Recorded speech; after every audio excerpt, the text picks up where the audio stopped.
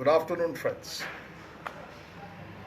Yesterday, 15th August, I thought it's a great change. An evening, uh, that 9 p.m. prime time debate, it took me for another surprise and gave me a topic to talk to you today. Our great captain Mahendra Singh Dhoni, he just put a tweet and resigned from world of cricket, and look what happened.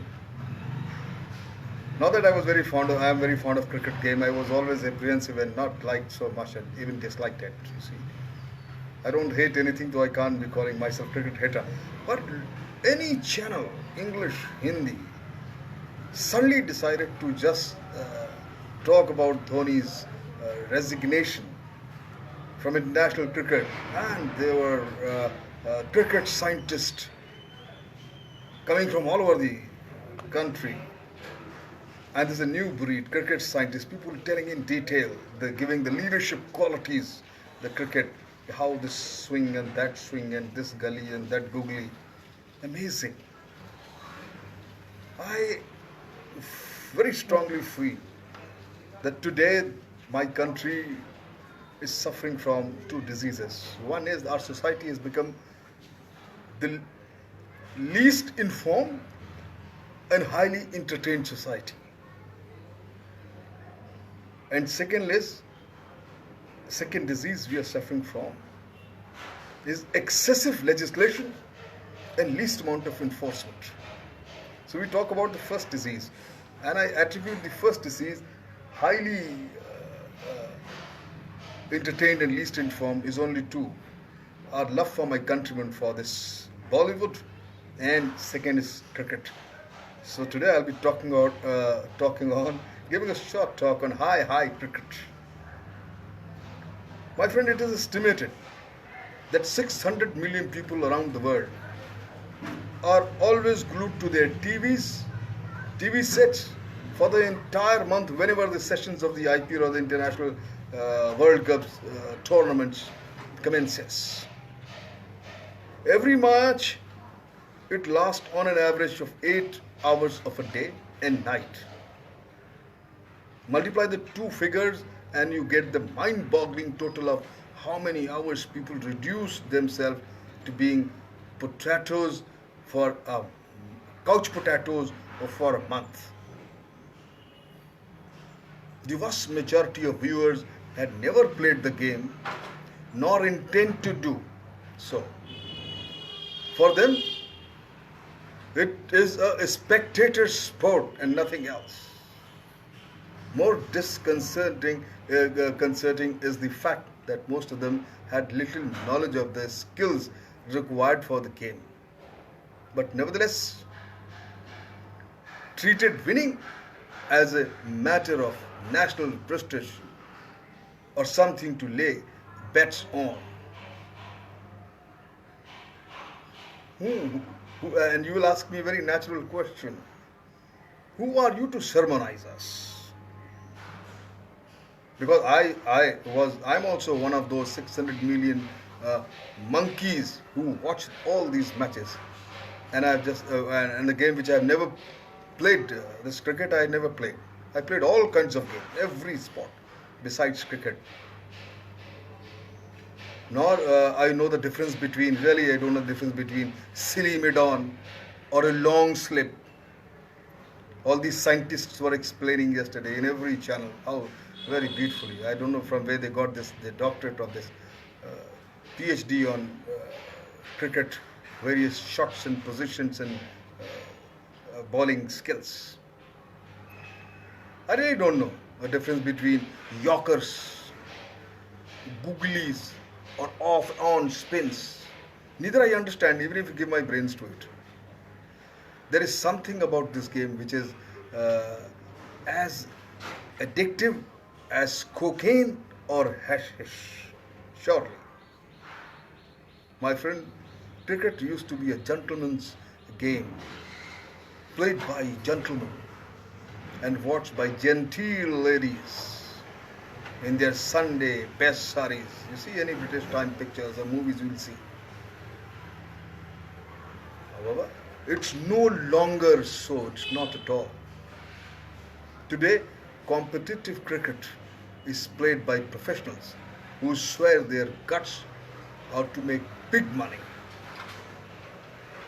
in the few years of their youth, and they live on their earnings augmented by fees received as commissions on radio or TV, writing articles for sports columns of newspapers and magazines, or advertising fizzy drinks,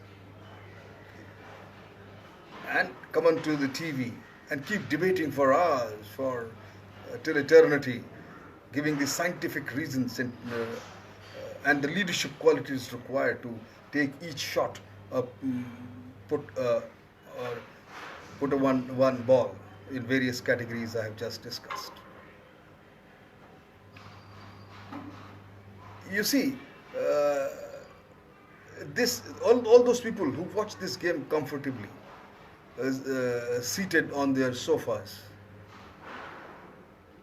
they have actually no involvement at all.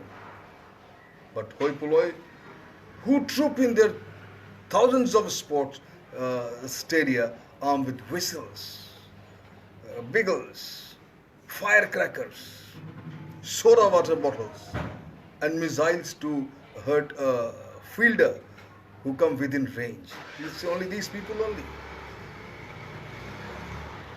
They have, these people, these spectators have no sportsmanship in them at all. When one of the batsmen hits a sixer on their bowler, or the bowler gets a wicket, they explode with enthusiastic yells of triumph. When players of the opposing side of the same, they relapse into the sullen silence as if sab ki nani mar gayi. Their mother-in-law, their mother's mother had died. They grieve so much. It's so painful.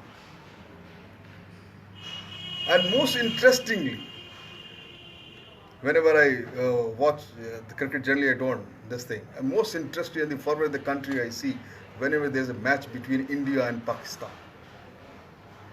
Our match against Pakistan, I remember one of the long time, I don't know which year, but I remember that one match when